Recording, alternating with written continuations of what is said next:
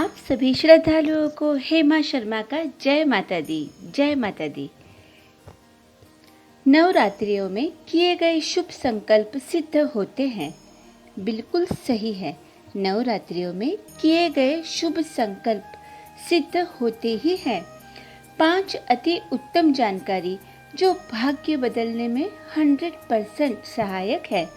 हम आपको पहले ही बता देते हैं, बिल्कुल थोड़ा सा वीडियो बड़ा जरूर है, लेकिन इसके हर एक शब्द का बहुत गहरा अर्थ है। आखिरी तक सुनिएगा जरूर। निश्चित तौर पर यह जानकारी अति उत्तम हो सकती है आपके लिए, हमारे लिए, हम सब के लिए। पहली बात, नियम संयम से रहे। वर्ष में 4 नवरात्रि की 36 रात्रियां होती है।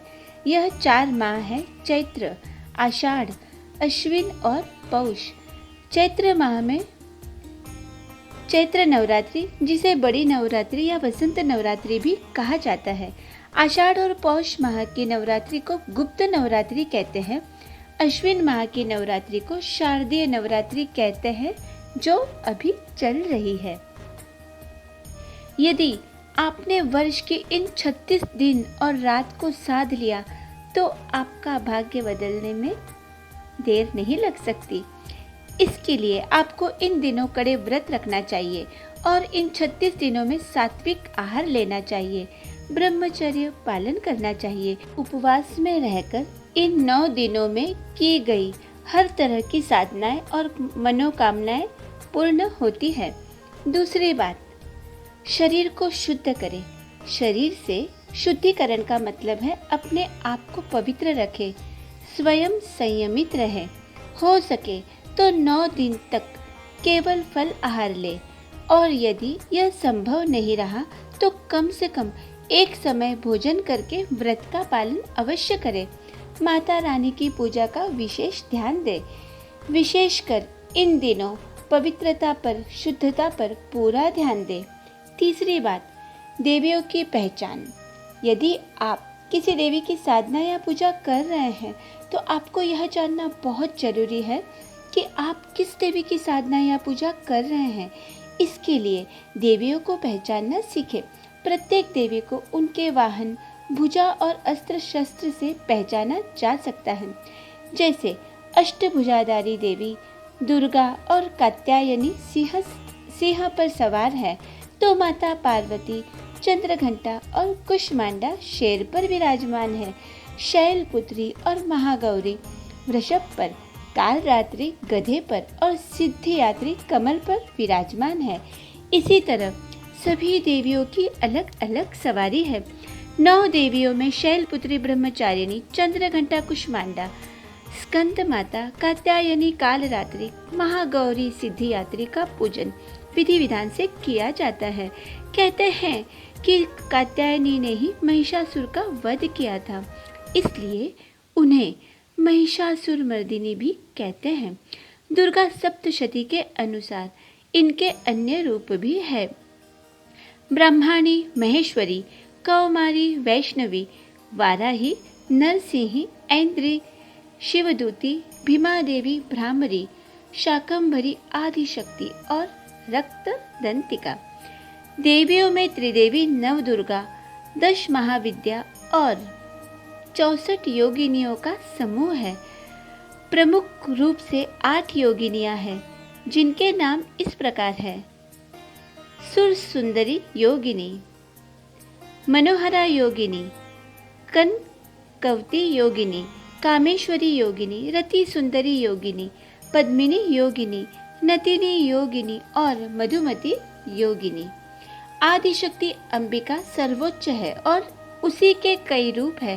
सती, पार्वती, उमा और काली माता भगवान शंकर की पत्नियां हैं। अंबिका ने ही दुर्गामासुर का वध किया था, इसलिए उन्हें दुर्गा माता कहा जाता है।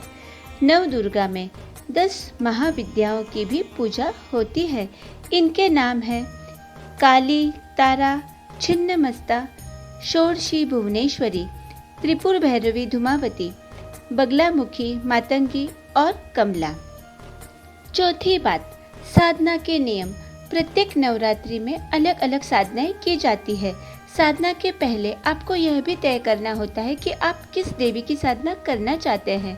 जैसे बगलामुखी देवी काली माता, माँ मातंगी या अंबिका माता की साधना करना चाहते हैं, या अन्य किसी की सामान्य जन माता के बीज मंत्र या शाबर मंत्रों का जाप कर सकते हैं। आप प्रतिदिन दुर्गा सप्तशती का पाठ भी कर सकते हैं।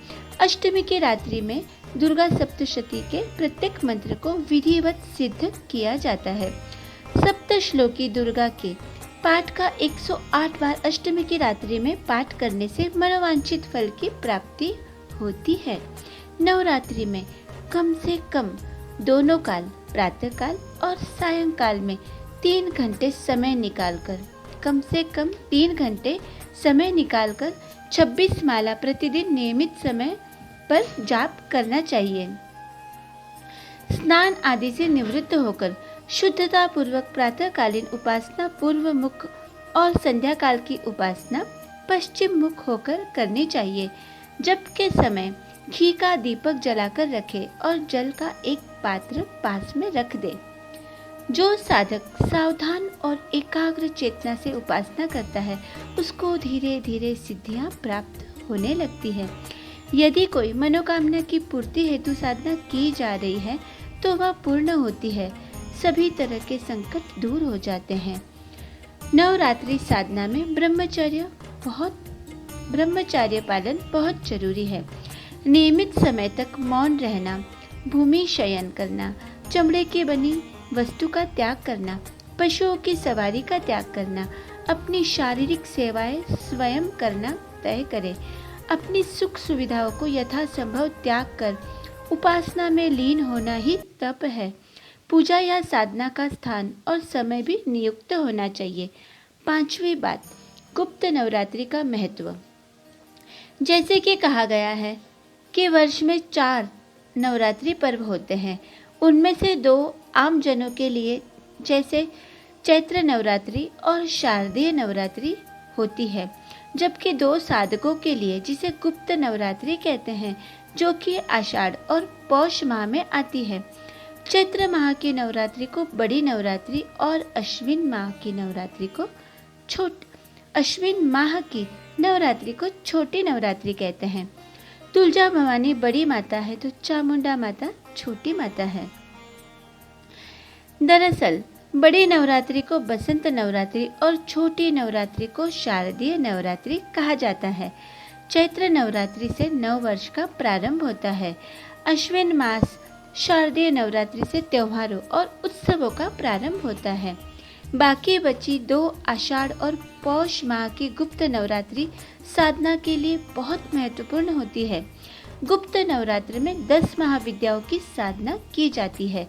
गुप्त नवरात्रि विशेषकर तांत्रिक क्रियाएं, शक्ति साधना, महाकाल आदि से जुड़े लोगों के लिए विशेष महत्व रखती है।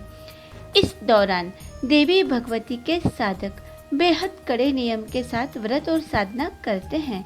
इस दौरान लोग लंबी साधना कर दुर्लभ शक्तियों की प्राप्ति करने का प्रयास करते हैं। इन सभी बातों को यदि मान लिया जाए, इन सारी बातों को यदि मान लिया जाए तो निश्चित है हमारे जीवन के अंदर की सारी परेशानियां समाप्त हो जाएगी और हर इंसान सुखपूर्वक जीवन व्यतीत करने लग जाएगा। धन्यवाद, आप सभी को धन्यवाद जो हमारे इस हेमा शर्मा चैनल को, हमारे इस वीडियो को, हमारे इन वीडियो को बड़े ध्यानपूर्वक सुनते हैं। जय माता दी।